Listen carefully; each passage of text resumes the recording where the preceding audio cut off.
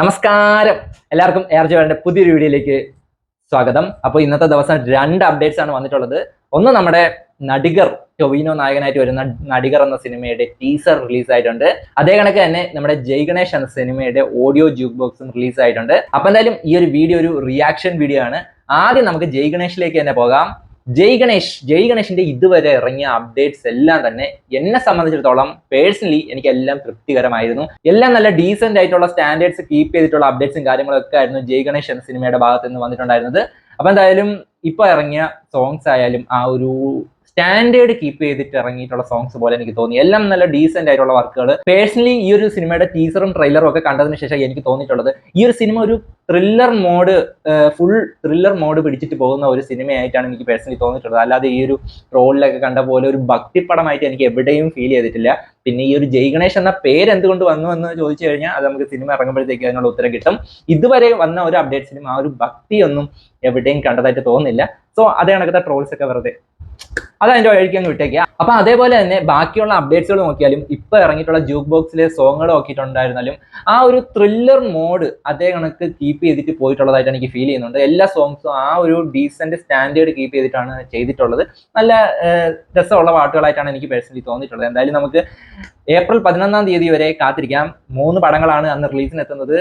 ആവേശം, വർഷങ്ങൾക്ക് ശേഷം, അതേ കണക്ക് ജയ് ഗണേഷയുടെ വർഷങ്ങൾക്ക് ശേഷം. സിനിമയ്ക്ക് അപ്ഡേറ്റ്സുകളൊന്നും ഒരു ഹൈപ്പ് നൽകിയില്ലെങ്കിലും ഇന്റർവ്യൂസ് ഒക്കെ അപാര ഹൈപ്പാണ് നൽകിക്കൊണ്ടിരിക്കുന്നത്. അതിന് ഏറ്റവും വലിയ ക്രെഡിറ്റ് കൊടുക്കേണ്ടത് ധ്യാൻ ശ്രീനിവാസനാണ്. ഹബാരോടെ പുള്ളി ഇന്റർവ്യൂ ചെയ്യാനായിട്ടുള്ള പുള്ളിക്കുള്ള ആ ഒരു കഴിവ് വേറെ ആർക്കും ഇല്ലെന്ന് തോന്നുന്നത്. ഗംഭീര കോമഡി എന്നൊക്കെ പറഞ്ഞ ഒരു ഒറിജിനൽസ് എന്ന് പറയുന്ന ഒരു ചാനലിൽ വന്നിട്ടുള്ള ഒരു ഇന്റർവ്യൂ മൊത്തം കോമഡിയാണ് സാധനം. അങ്ങോട്ടും ഇങ്ങോട്ടും ഇടം വല ഊക്കാണ്. അങ്ങോട്ടും ഇങ്ങോട്ടും ഒക്കെ പാര വെച്ചിട്ടുള്ള ഒരു ഇന്റർവ്യൂ ഒക്കെ ഞാൻ ഇപ്പോഴാണ് കാണുന്നത്. ആദ്യം തൊട്ട് അവസാനം വരെ ഇരുന്ന് ചിരിക്കാനുള്ള സാധനമുണ്ട് അതിനകത്ത്. ധ്യാനായാലും ബേസിലായാലും പിന്നെ വിനീത് ശ്രീനിവാസനായാലും എല്ലാവരും ഒന്നിനൊന്ന് കട്ടക്കി ഇരിക്കുന്ന ഇന്റർവ്യൂസ്. ഇതുവരെ വർഷങ്ങൾക്ക് ശേഷം എന്ന സിനിമയുടെ ഒരു അപ്ഡേറ്റ്സിനും അത്രമാത്രം ഒരു ഹൈപ്പ് എനിക്ക് ഫീൽ ചെയ്തിട്ടില്ല. ഇപ്പൊ ലാസ്റ്റ് നിവിന്റെ ഒരു സോങ് ഇറങ്ങിയിട്ടുണ്ടായിരുന്നു. അതിന് അത്യാവശ്യം ഒരു തിയേറ്റർ മെറ്റീരിയൽ ആണെന്ന് തോന്നിക്കുന്ന ഒരു സോങ് ആയിരുന്നു അത്. ഓക്കെ, അപ്പൊ അതല്ലാതെ ബാക്കിയുള്ള ഒരു ടീസർ ആയാലും ട്രെയിലർ ആയാലും ബാക്കിയുള്ള സോങ്സ് ആയാലും എനിക്ക് അത്രയ്ക്കും കൂടെ ഒരു ഹൈപ്പ് തോന്നിയില്ല വർഷങ്ങൾക്ക് ശേഷം സിനിമയ്ക്കകത്ത്.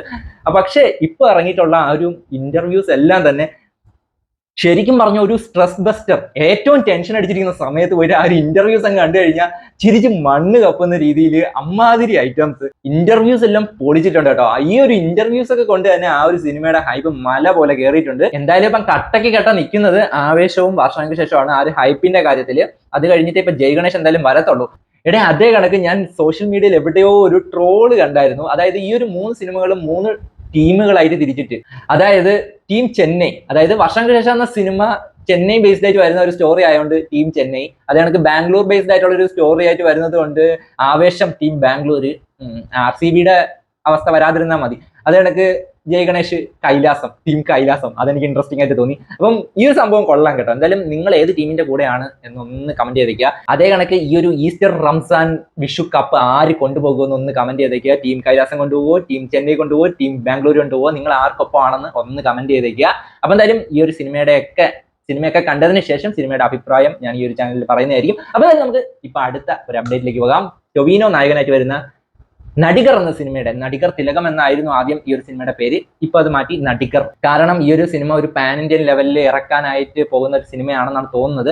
അതുകൊണ്ട് ഈ ഒരു സിനിമയുടെ നടിഗർ തിലകം, ആ ഒരു തിലകം കളഞ്ഞിട്ട് നടിഗർ എന്ന് മാത്രമാക്കി. അപ്പം നടിഗർ എന്ന സിനിമയുടെ ടീസർ വന്നിട്ടുണ്ട്.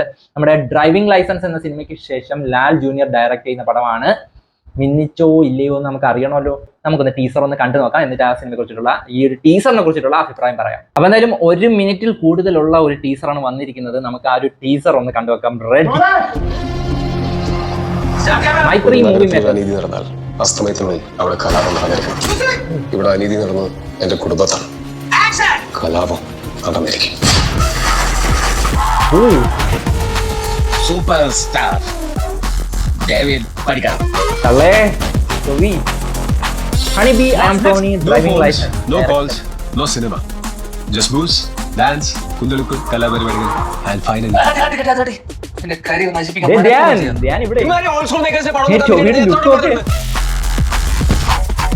റീസെന്റ് 2-3 പടം പൊട്ടികളും മാറ്റി നിർത്തിയ ഒന്നുമില്ല. ഞാനൊരു സൂപ്പർ സ്റ്റാർ അല്ലേ? താങ്കളൊരു ഒട്ടും ഡിസേർവിംഗ് അല്ലാത്ത വേറൊരു സൂപ്പർ ഹീറോ ചമയുന്ന ഒരു പൊട്ടൻ ചെക്കനാണെന്നാണ്.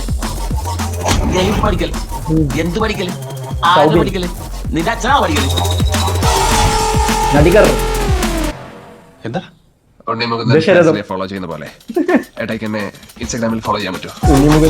3 May 2024. ഓ നടികർ ലാൽ ജൂനിയർ പറഞ്ഞില്ലേ, ഒരു പാൻ ഇന്ത്യൻ റിലീസാണ് അവർ ഉദ്ദേശിക്കുന്നത്. സംഭവം കൊള്ളാം, കളറായിട്ടുണ്ട്. ഇവിടെ മലയാളം ഇൻഡസ്ട്രി ഇത് എങ്ങോട്ടാണ് പോണത്? പിടിച്ചാ കിട്ടാത്ത രീതിയിൽ പറന്നുകൊണ്ടിരിക്കുകയാണ് മലയാളം ഇൻഡസ്ട്രി. ശരിക്കും അഭിമാനം തോന്നുന്നുണ്ട്. കിടിലൻ ടീസർ എനിക്ക് ഇഷ്ടപ്പെട്ടു. നടികർ ടൊവിനോയുടെ ഒരു മറ്റൊരു ഹിറ്റായിട്ട് മാറട്ടെ. എവിടേക്കോ ഒരു ചെറിയ തല്ലുമാലയുടെ കട്ട്സ് കണക്ക് ഒരു വൈബ്. എന്തായാലും മൊത്തത്തിൽ എവിടെയും ഒരു ഐഡിയ തരാതെ പോകുന്ന ഒരു ടീച്ചറാണ്. മൊത്തത്തിൽ നമ്മളിങ്ങനെ കണ്ടിരിക്കുമ്പോഴത്തേക്ക് ഒരു ഓളം ഉണ്ട്. സിനിമാറ്റോഗ്രാഫി എല്ലാം അടിപൊളി, അതിനൊക്കെ ബാക്ക്ഗ്രൗണ്ട് മ്യൂസിക്, പിന്നെ ടൊവിയുടെ സ്ക്രീൻ പ്രസൻസ്, അങ്ങനെ മൊത്തത്തിൽ ഒരു ഓളത്തിൽ കണ്ടിരിക്കുന്ന ഒരു ഗംഭീര ടീച്ചറുടെ. എന്തായാലും മലയാള സിനിമയ്ക്ക് നല്ല ടൈമാണ്. കാത്തിരിക്കാം.